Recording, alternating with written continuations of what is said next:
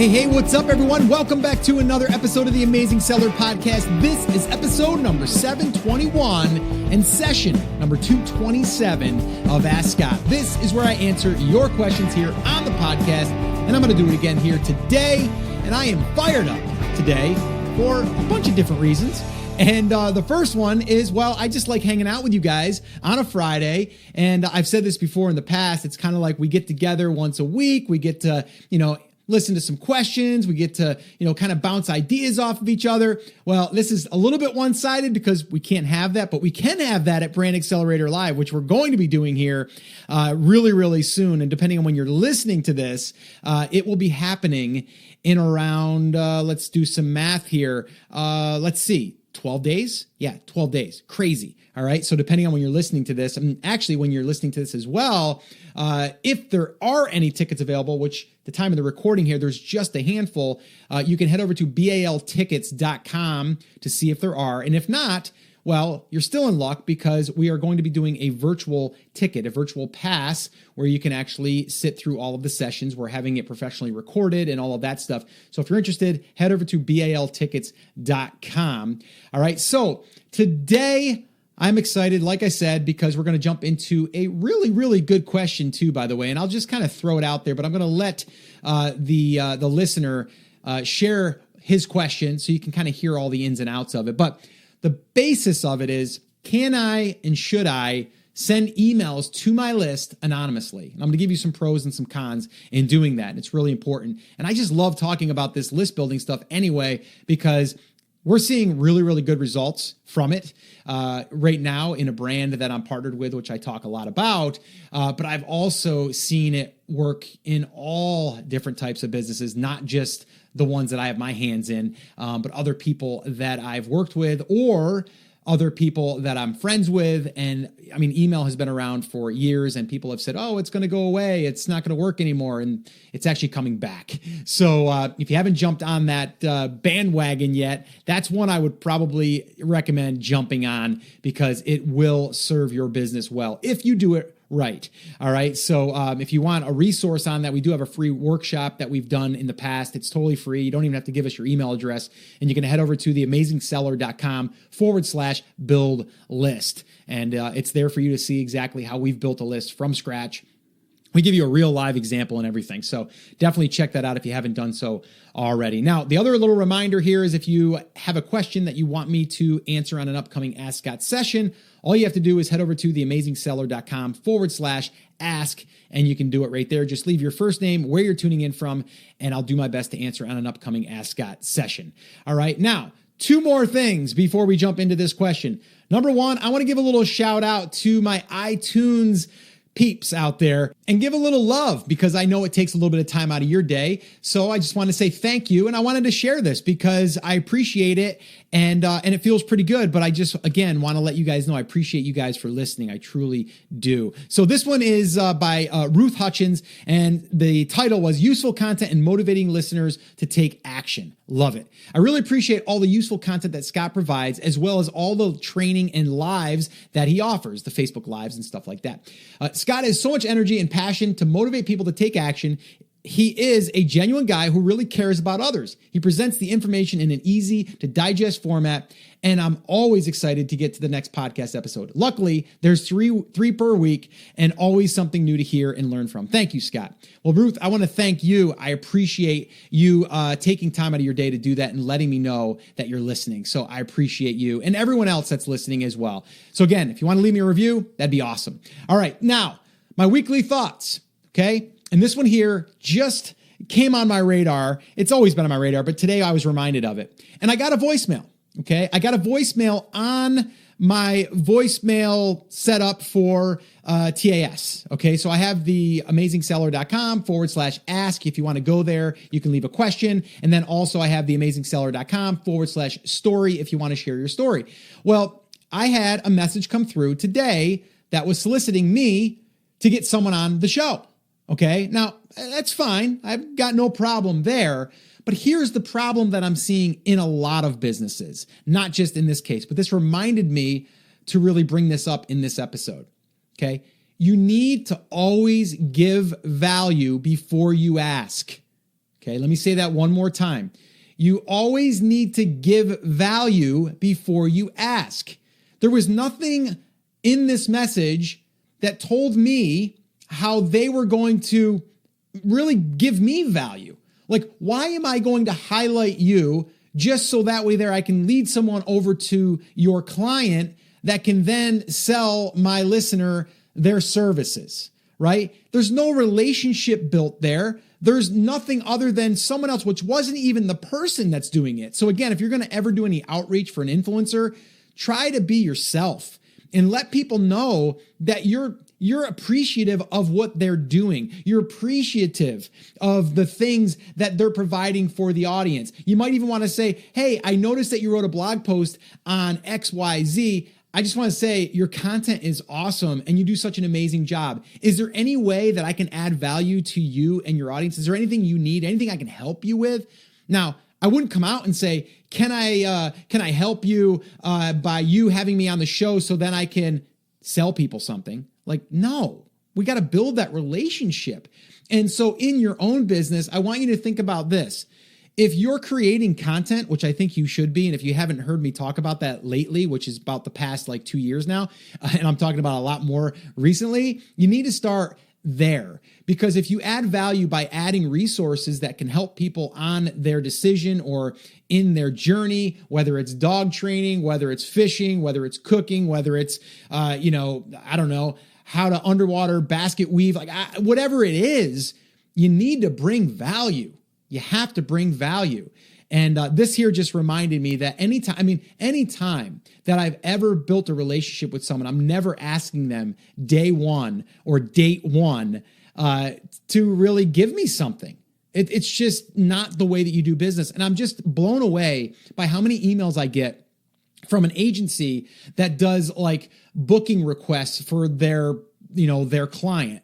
Like there's like me, you know me. I'm going to have people on my podcast that I've got a relationship with or that I've had a conversation with, and I think they're a good add to the listenership, to you, to add value. If it's not, you're not getting on. It's just that simple. You can't even write me a check to get on here if I don't believe, even if I don't have that as of right now. I don't have anybody writing me checks. I've had offers. I just haven't accepted those. But it would, you know what I mean? Like it has to be the right fit.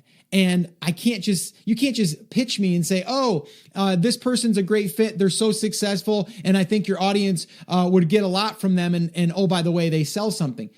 You're saying that they're going to add to my audience, but yet you haven't built a relationship with me. Like I need to know you.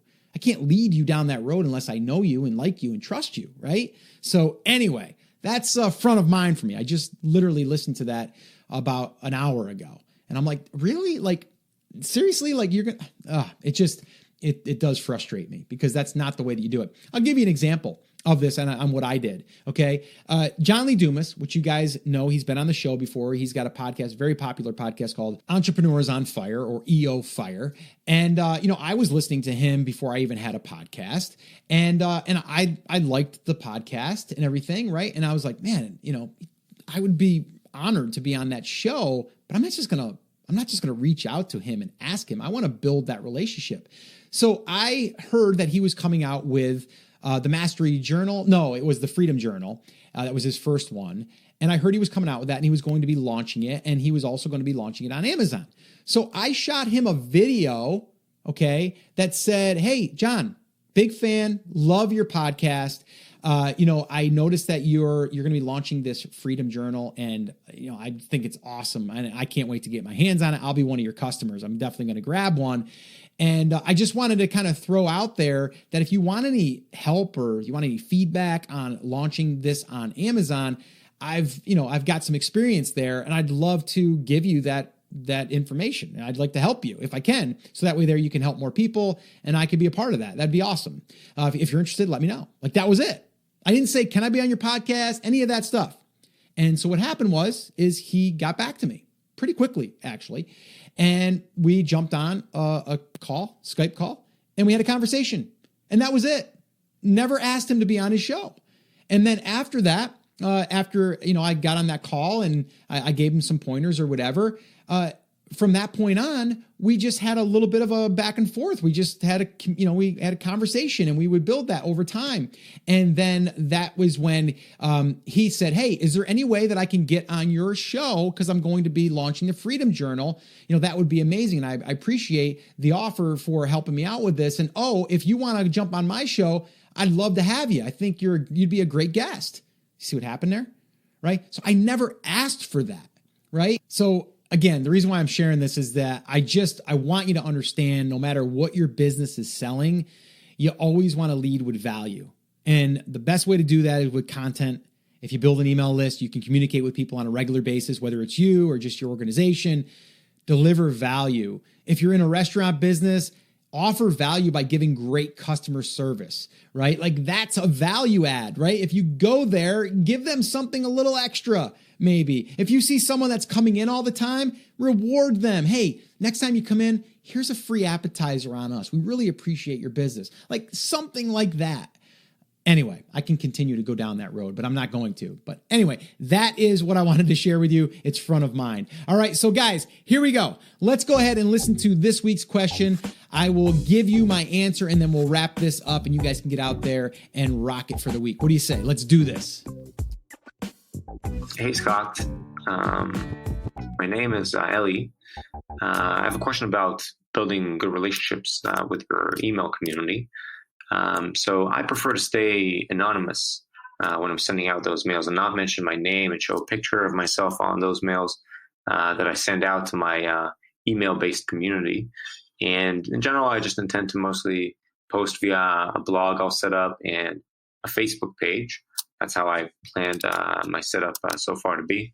How critical do you think is the personal touch when it comes to building a good relationship with your email-based community? Thanks. Hey, Ellie, thank you so much for the question. I truly appreciate it, and it's a good one.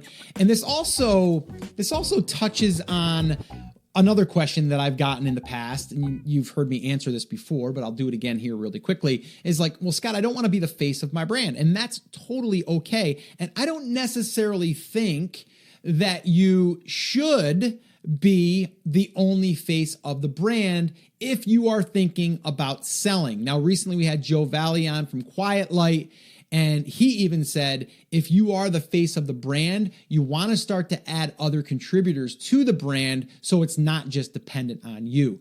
But what I would say is if you can have a spokesperson for the brand, I mean, you see it all the time in these cell phone commercials, right? The T-Mobile commercial, even the insurance, they have like one character or one spokesperson. And so you think of that company, you think of that person. So I think that you can have contributors to your business and still be able to have the luxury of selling it without being dependent on, that one person. Now, if you believe that you are going to be the face of the brand, you want to be a face of the brand, then yes, you're going to want to email people as the face of the brand. But I do think that if you are emailing your list, you should have someone that is the face and the voice of the email. Think about it for a minute. If you receive an email from just, Custom Ink, let's say, right? Custom Ink, they print t-shirts and promo material for your business and stuff. And that there, you're going to get usually you're getting an email about a deal. So they just send out an email and says, hey, Labor Day's coming up. We're going to have this deal. Here's, Labor Day 20 or whatever the coupon is. And that's it. And every now and then they might sprinkle in something like, hey, upcoming, Teachers Days coming up. You might want to do something special for your school, whatever, right? Like that. That's a big corporation, big, massive business. I still think that they would do a better job if they had a spokesperson for their business or someone that is, the voice of it. And you might have multiple voices, multiple people that are going to be that voice in that email.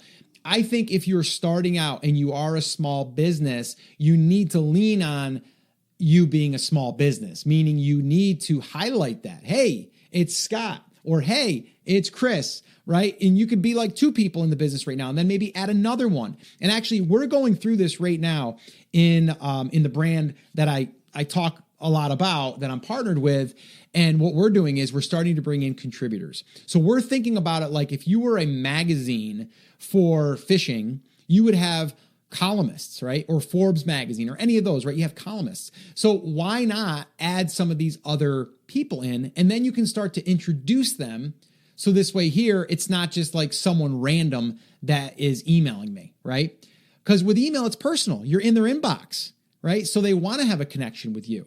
So I would recommend, if it's not you, create a pen name or someone that you're going to be the voice of the business. And I've seen this before, and there's nothing gray hat or black hat about this. There's pen names all the time.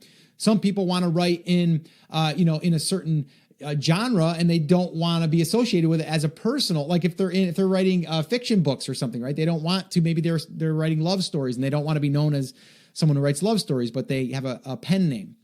It's totally okay.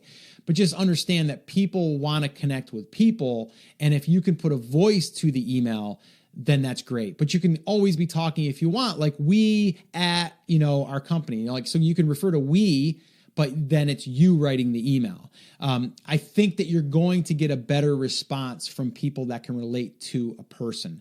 So I would say the cons are going to really outweigh the pros. So that's why I think that you should create a voice and that you shouldn't email anonymously, just as like the company name, right? Best Buy, right? Like Best Buy just sent me an email, right? How many times are you going to share that Best Buy just sent you an email about how to clean your VCR, right? Like that was dated. It would be your CD player or your MP3 player or your iPod or iPad or whatever, right?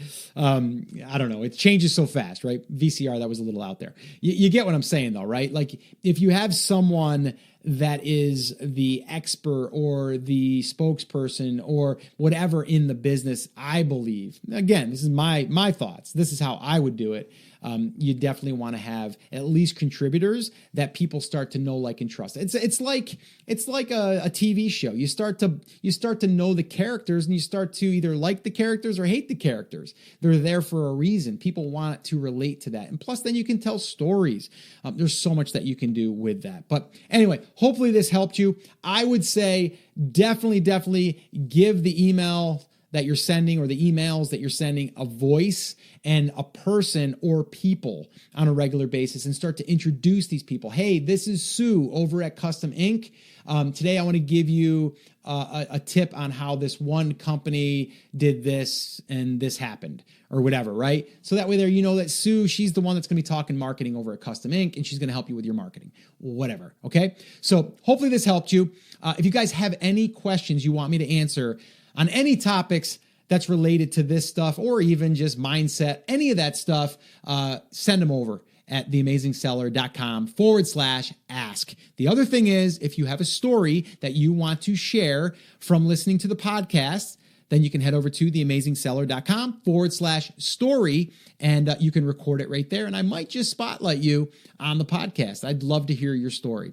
All right, guys. So this episode is 721. You can head over to theamazingseller.com/721. Get all the show notes, transcripts, and all the goodies over there. And until next time, guys, remember, I'm here for you. I believe in you, and I am rooting for you.